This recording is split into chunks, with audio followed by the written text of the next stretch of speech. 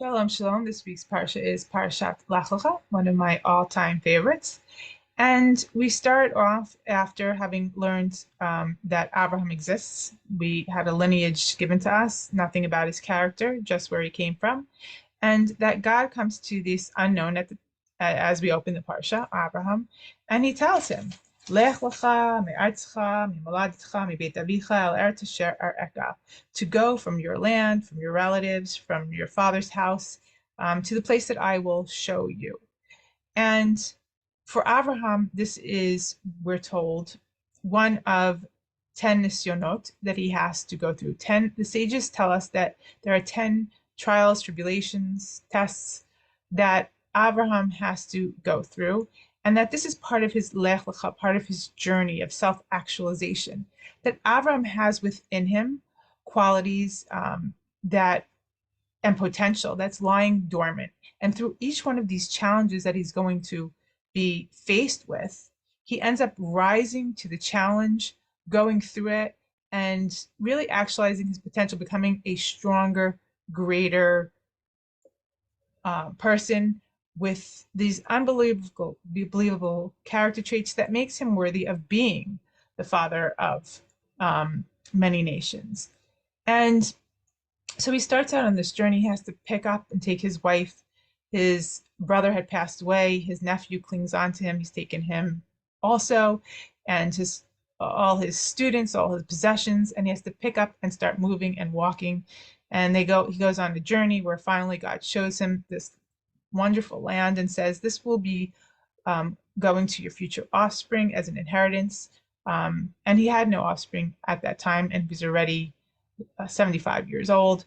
And right after that, and he builds a mizbeach and he calls out in the name of God, and he's forced to go down to Mitzrayim because there was a famine in the land. And we know in those days and age, when there was a famine, people would die left and right. He had to provide for his household. And so he's forced to go down to Egypt, God-forsaken land, where he knows they're going to take his wife, Sarah, because of her extreme beauty. And this is another challenge. And she's taken, and God sees them through this, where she's returned to Avram unharmed, and Abraham doesn't get killed. And not only that, but Paro gives Abraham so much gold and silver and more possessions that when he ends up leaving Egypt, that he has so much stuff and his nephew has so much stuff that when they get back to where they had come from, it says that the land could not contain the two of them, that the shepherds of Abraham, the shepherds of Lot began to quarrel. Another problem here. And Abraham says to Lot, listen, brother, we're blood. We shouldn't have to, fight. There's this great big world, you decide where you want to go left, I'll go right, you go right, I'll go left. And let's, remain on good terms. And so Lot, as we're told, he looks, he sees the areas of where Sodom and Amorah were, and he saw that they were fertile and green and lush and beautiful, and he decides he's going to go there, and he goes off to the cities where Sodom and Amorah were, where they were spiritually devoid of any quality of nature, no ethics, no moral. They were horrible people doing the most horrible acts, we're told. But that's where he goes, and Abraham stays where he is, going on his merry way. And you'd think now, okay, he's away from his nephew who has caused so much aggravation in his life. Maybe he can sit and relax a little now. No. Then we're told about this war between the four kings and the five kings. And then this runaway comes and tells Abraham that they took Lot and his stuff captive. And Abraham has to go to war. He takes his arms up his students. He has to battle a war with 4 and 5. You can imagine what this is, like a huge battle. And he's arming a few hundred students, and they have to go out and try and save the light of Lot, as if he didn't already give him enough heartache. And he does this. And yet still, so many other problems. He doesn't have children yet. He's getting on in age. There's no children. God had promised him this wonderful land. And he like says to God, I mean, really, what is this promise that you're giving me mean to me? I have no children. Eliezer, my servant from Damascus, he's going to inherit me. And so what? Like, And God's like, no, no, no, you're going to have your own children. Don't worry about it. And we're told that Sarah gives Avraham her handmaid Hagar and says, you know what? Maybe I'll be built up through her. I can't have my own children. I'm so old, So this is kind of like a way for her to have be built up through Hagar. And Hagar gets pregnant right away, and she makes light of Sarah because she felt superior now that she was the one who's going to have this children of Avraham, and Sarah made Sarah feel horrible, and Sarah was devastated, and this caused a major feud. She started yelling at Avraham, "Look what's going on, and may God judge between you and me." And there's a fight, and Avram's like, "Listen, she's your maidservant. Do with her what you want. He just doesn't want to fight, right?"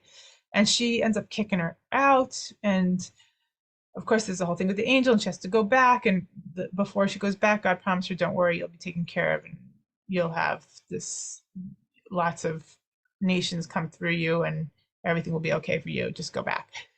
And it's still so. Then they have Yishmael, the son of Hagar, ends up to be Yishmael, and um, Abraham seems to think that his whole future is going to stem from Ishmael. And then God comes to Avram again when he's almost 13 years old, because this is going to be another thing God wants Abraham to circumcise himself and his whole household. But before, and this is the point that all this is coming to, before the circumcision, God tells Abram two things that I want to focus on. That his name, Avraham, he's going through a name change. Instead of Avram, he's going to be Avraham. And that Sarah is not to be called Sarah, she's not Sarai, Sarah. And I want to look at the differences when God tells Abraham this information. I want to focus in on the differences and why I think that is, what it's coming to teach us. So if we want to do that, we have to look at the exact words. And so God says to Abraham, when he's already 99 years old, he says to him to walk before him and to be tamim, to be perfect. And he talks about giving him this brit, this covenant. And he says, here it is. Lo yikra od et shemcha Avram, v'haya shemcha Avraham, ki av hamon goyim netaticha. So he says to him that your name shall no longer be called Avram, but your name shall be Avraham, for I am making you the father of a multitude of nations. So he's going from he was Avram. He's saying, but now you are no longer Avram, because you are going to be Avraham, the father of a multitude of nations. So he's telling him, because this name no longer suits you, the name Avraham does suit you, because that's who you are going to be now. That's who you're going to be from now on, Avraham, of the multitude, the father of a multitude of nations.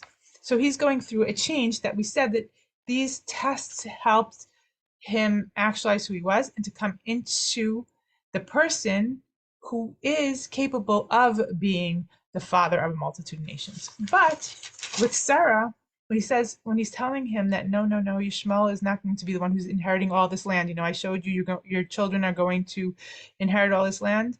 That is not going to be through Yishmael, who came from Hagar. He's going to be great in his own right. He's going to have princes come from him and a whole great future, but not the future that I showed you, that I took you on this little walk to inherit this land.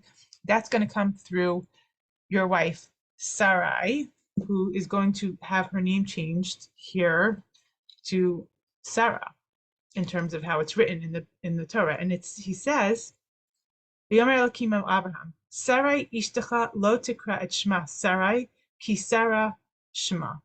So this means literally, as for Sarah, your wife, do not call her Sarai, for Sarah is her name. So it doesn't say that you should no longer call her Sarai because now she is going to be Sarah because of so and so. It says don't call her Sarai because Sarah is her name, meaning she was always Sarah. You've been calling her Sarai, but Sarah is her correct name. Call her Sarah. And I think what this is trying to tell us is that Avraham, as we said, had to go through these 10 ordeals in order to build up his character to become Avraham. Sarai, and it's interesting, Sarai with the end of Sarai, which was we're getting rid of now, the Yud is the numerical value is 10 tests.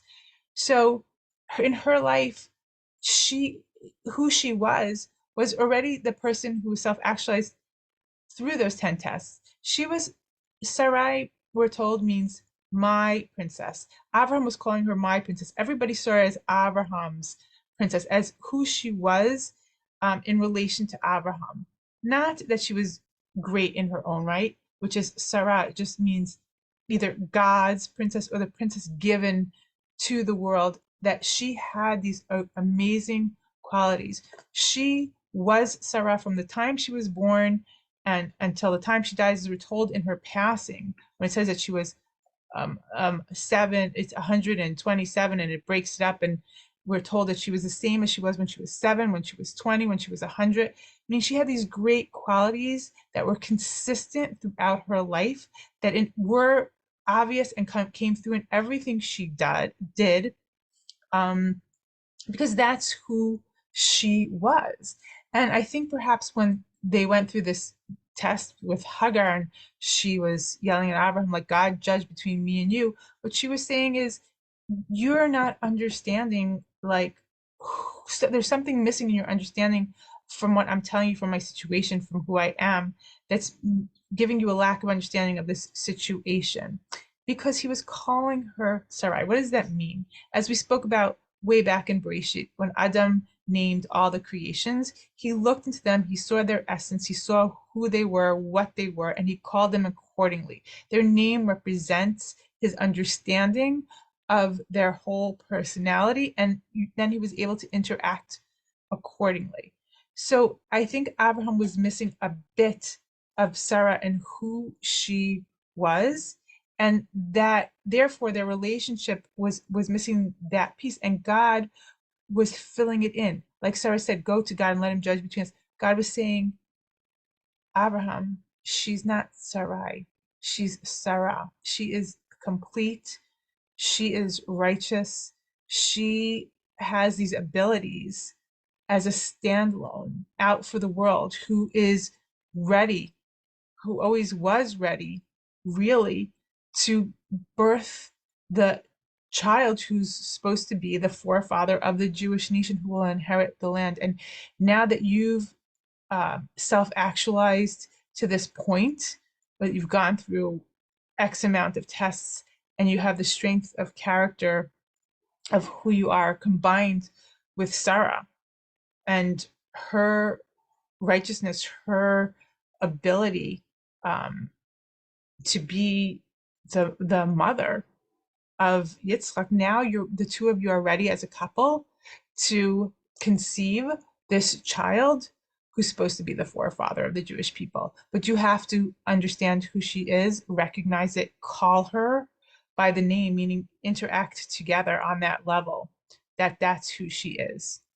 And so I think that's what it's trying to say. And it's just my opinion, so you can take it or leave it. And with that, I wish you a Shabbat Shalom.